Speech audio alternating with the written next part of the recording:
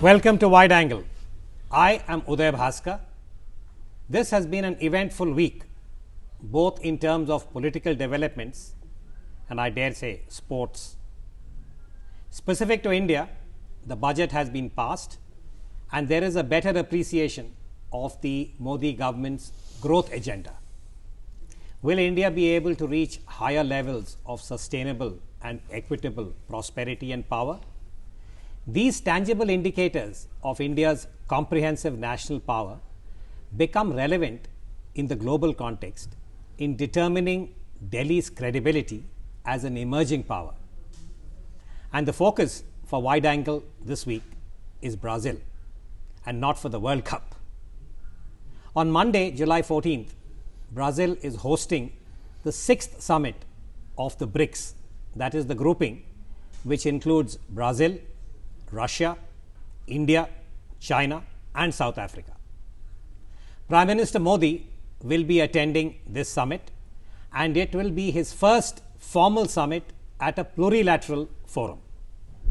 We will in the next 30 minutes examine the relevance of the BRICS as a forum and why India must invest in this grouping.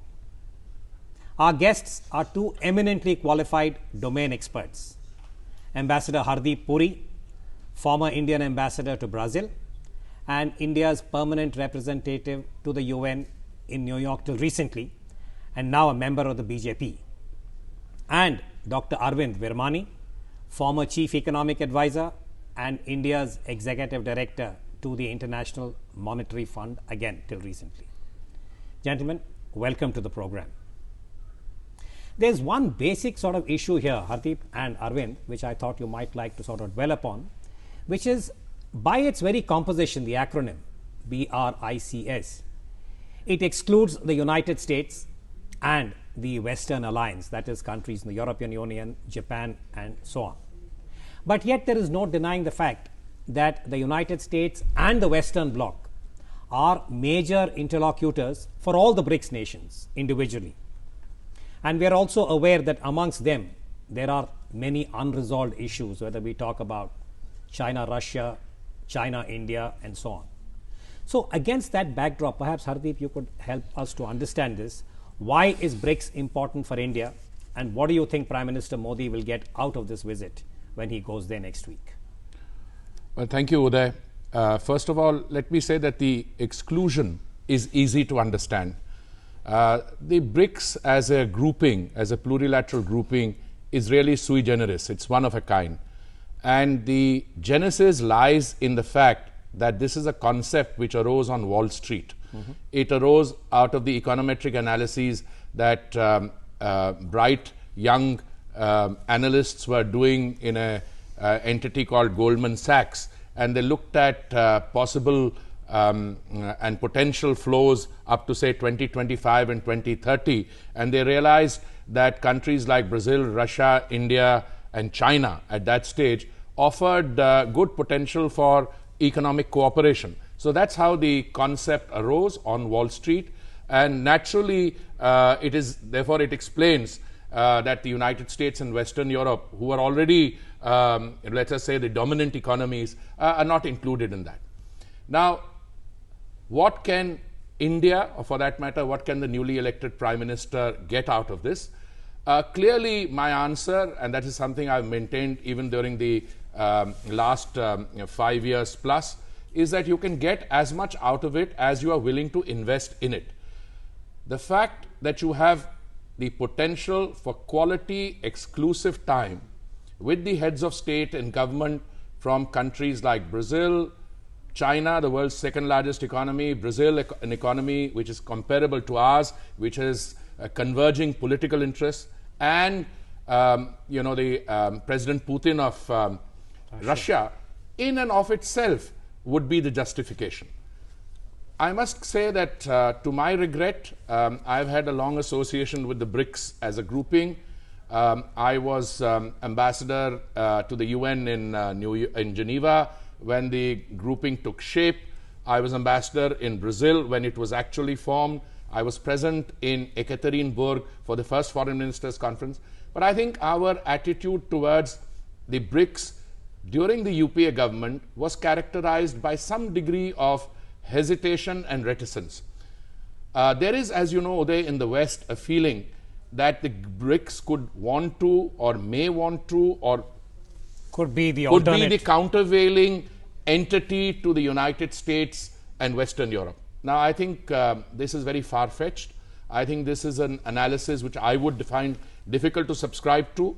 The fact of the matter is, each of the countries, as you mentioned, which are members of this BRICS plurilateral grouping, have the United States as its largest trading partner by themselves. So why would they want to jeopardize any of them? But from India's point of view, I think we need to use the BRICS as a forum. We need to use our relations with Russia and China in particular. We have excellent relations with the Brazilians to pursue the items of interest to us. Politically, permanent membership of the Security Council. Economically, greater space in multilateral economic forums, and I could go on multiplying that. But so, Arvind, would you go along with Hardeep? Yeah, let me give you a slightly different perspective. I don't disagree, but you know, if you go back, you think of which were the 7 largest countries economically in the world. They were the G7, right? So you had a grouping of the top 7 economies in the world, and they used to coordinate whether outside or inside the multilateral institutions. And it turns out that at that time, the BRICS, the BRIC, were the next 4 largest countries. So in some sense, the way I see it, I mean, I was not there when it was started, and you may correct me, but the way I saw it was, it's a grouping to be able to operate in the multilateral institutions, because we know, and I have worked there now for 3 years, those guys work together. So I guess there must have been some core of an idea when it started, that the next 4 were kind of left out of any decision making. You know, you're there, you can talk all you want, but you are not there part of any decision making process. So perhaps if we are together, you can have some, you can magnify the power, so to say, you know. But there is a change now. The change is this, that since that time and now, China is no longer 8th, and number, you know, the rest 9, 10, 11, it's up there number 2. So you have a little bit of a contradiction, and this is where I'm not sure how much we can use, but it's important to keep that in mind. By the nature of the economic changes now, it doesn't quite fit, and that is really the source of the difficulties I had. You know, I participated in a lot of BRICS. We used to organize them, but the country I worked with closest with, and here's where Hardeep can probably say, was Brazil. I found a greater identity of view with Brazil than with perhaps either Russia or China. Hardeep, if I could, you know, just pursue this a little more, and let me play the devil's advocate here. You'll remember in the mid-90s we had the Primakov Triangle, which at the political level spoke about Russia, India and China. It didn't go very far. As you said, BRICS started in Goldman Sachs. It was Jim O'Neill. But politically, it takes shape only at the Sapporo summit, G8, when the foreign ministers met. And then you have the first formal summit in, if I'm not mistaken, in Russia. So where is the, you know, the cohesion that he speaks about? All decisions are taken in Washington. So with the BRICS, will it really make that difference? Look, first of all, if you are looking for cohesion, it depends. You can find cohesion anywhere. I think the BRICS, first of all, is not an intergovernmental grouping. The foreign ministers of the BRICS countries started meeting on the margins of the UNGA. Then they decided to meet in Ekaterinburg in Siberia in 2008, May to be exact. After that, they had a first summit of the BRIC. It was then BRIC. South Africa joined in 2011, if memory serves, or 2011. Therefore, these 4 countries decided to undertake coordination. Now, what are the kind of activities that they are having? They have their statisticians meet, they had their national security advisors meet, they had their finance ministers meet to look at development banks, they've had their trade ministers meet. Now, this is nothing more than an initial attempt to explore regions and areas for cooperation between these 4 economies. Now, these 4 economies by themselves, bilaterally and taken together, account for a fair amount of economic activity. Now, relations will change. India has also moved up. We are a $2 trillion or so economy now. Brazil has always been a $2 trillion economy. The Russians are an extremely important economy if you look at issues relating to energy security. So there must be issues which we can discuss between these five now. Now, if they want to get up and set up a kind of a banking arrangement or what is called a CRA, a credit reserve arrangement, that would be another step. I don't know how far this has gone. All I would say is that we have been somewhat hesitant, and I would recommend that the new government, the Modi government, would in fact benefit from this interaction with the BRICS countries also to get better relations with the United States.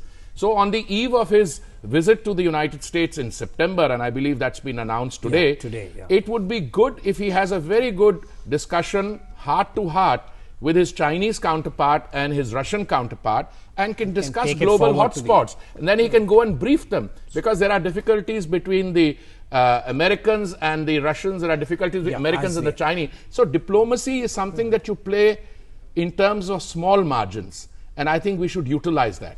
Well, I hope this point is taken now that you have the inside track as a party man that India should invest more. But Arvind, can I come back to you? You've been with the IMF in Washington. Will this bank make a difference? The fund they're talking let me about. give you a little bit. You know, it's during those 3 years I was there that all these initiatives which he's mentioned on the economic side, we took. And the reason was the executive directors, I must say, all four of us were very keen to push this forward. So all the ideas you're talking about, we discussed and kind of sent back to our principles. You're talking about your Brazilian counterpart and your Russian. We were all, even the Chinese, we had good EDs there. How well they are connected, I don't know. But as far as they were concerned, they were very keen. So, so really the issue is, I agree. On this point, I agree. I think like the tax cooperation, etc., there are many areas where there's a difference in perspective from the rich. You know, G7 may not be that large, but they are still in per capita terms way ahead of all four of us, or five, right? So in that sense, the perspective on certain economic issues is different, and it's a matter of finding it and pursuing it. I agree 100% with that. But Arvind, one last point before we go for the break, which is bank. that the bank, they are talking about $100 billion.